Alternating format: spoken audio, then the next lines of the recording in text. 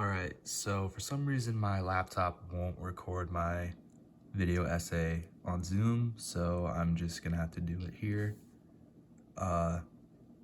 This second video essay is just gonna expand upon what I talked about in my first video essay and kind of explain what NIL laws are and why they're so important for a potential comeback for the NCAA football video game franchise. So just a little recap of why this is a big topic of discussion right now.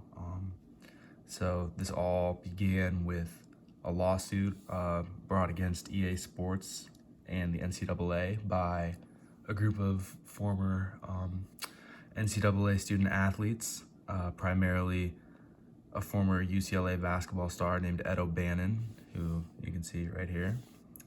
The case lasted 5 years. It began in 2009 and wasn't resolved until 2014 when the courts ruled in favor of the athletes. And that group secured NIL rights for all NCAA student athletes, which directly led to the discontinuation of the NCAA video game franchises for football and basketball. Basketball was actually discontinued in 2010. The final installment was NCAA Basketball 2010 with Blake Griffin on the cover, as I mentioned in my last essay. And then in 2014, Denard Robinson was on the cover after a fan vote, and they had to actually stop production of that game in the middle of like the height of creating it, which kind of made NCAA Football 14 a very what's the word? Like, people wanted it, basically. They wanted to buy it because it was kind of rare.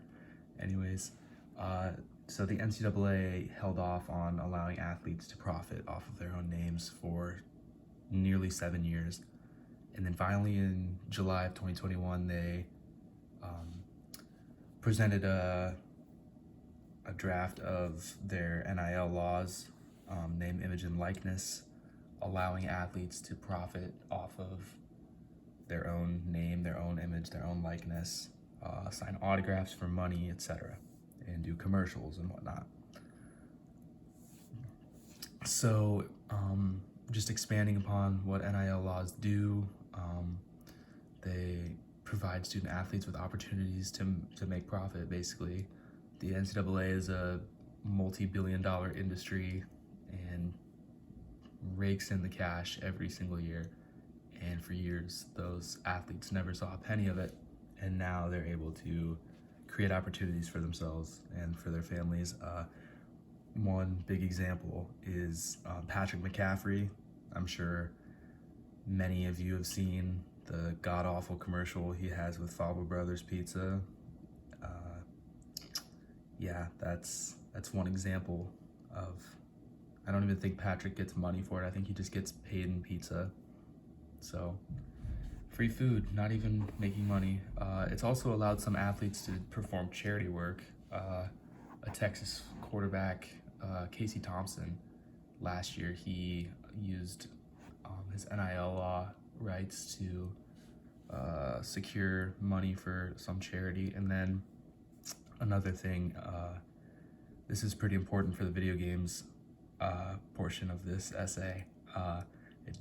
NIL laws obviously don't just cover the top 1% of athletes, like the superstars, like the Keegan Murrays of college basketball or the Bryce Youngs of college football. This is Doug Edert from St. Peter's. He became famous during the NCAA tournament this year because of his awesome mustache and because St. Peter's went on to win some games, I guess. And after his big performance against Kentucky, he got an NIL deal from Buffalo Wild Wings for free food and some money, I believe. So clearly this law benefits student athletes, and also kind of promotes the smaller guys too, because they're all protected by the same laws. And that ties into video games in a pretty big way, because as as EA Sports is trying to bring back NCAA football during the summer of 2023. A lot of universities still haven't given the okay. I believe in the FBS there are 12 teams that haven't given the okay to EA Sports, didn't sign their agreement. Some of those teams are pretty big names like Army, Clemson, Kentucky, Southern Cal, so it's going to disappoint a lot of fans if those teams aren't in those games. And some schools won't even allow their logos, their stadiums, their uniforms. So, like past games, they wouldn't have the player's name in it. They would just have like RB number 5 to display Reggie Bush back in the day. They can't even do that without those schools agreeing to it. And this has led to some knockoffs throughout the years, like this one right here that I'm showing right here is called Gridiron Champions. It was supposed to be the next big video game in sports because college football obviously was gone, and at the time when it was announced in 2018, there was no reason to believe that NCAA football would ever be making a comeback. So I don't even know what the name of the company was, but they decided to make a knockoff football game, college football game with a bunch of fake teams and players. Did not go as well as they hoped, and the project was scrapped pretty quickly. So,